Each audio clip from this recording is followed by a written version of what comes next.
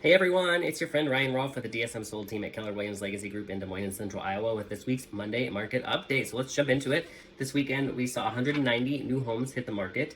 Only 99 homes went pending, so there's a big difference there over this weekend. Although it was a hot one, so that could have been part of it. Interest rates have gone up too, so that also typically will have kind of a stopping effect. Not exactly a stopping effect, but it'll slow things down until people get used to that, and then things will speed up again. That said, 136 homes sold and closed. Total active inventory wise, we're looking still at about adding 30 week over week from this month or this week to last week. So we're at 2,864 total homes on the market as of late yesterday when I pulled this data. Something to consider is with interest rates where they're at right now after the Federal Reserve raised their benchmark rate. Now, that doesn't directly impact mortgage rates, but it does tend to have an effect on them since mortgage-backed securities are traded differently. It's not directly tied to the Federal Reserve federal funds rate.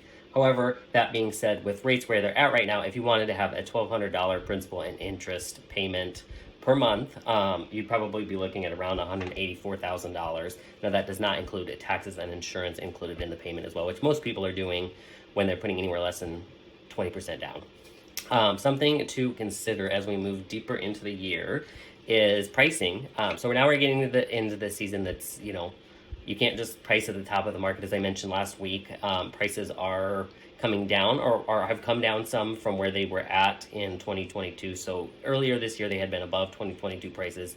Now they're a little bit below that. So in looking at properly pricing a home, generally speaking, if there's risk and reward. Obviously, if you price high and get that, great. However, if you price high and you don't get that, you're generally looking at, based on statistics, anywhere between 9 to 10% less in overall value that you will accept. So, what does that mean on a 10% of $100,000 is $10,000. So you're looking at getting 90,000 versus 100,000 if your house was worth 100,000. And you priced it too high when it really should have been maybe 95, and you could have got 95, but because you priced it too high, that the time on market led to you selling your home for less. So that's something to consider. Of course, prices are still higher than they have been historically, but they are there's downward pressure on pricing.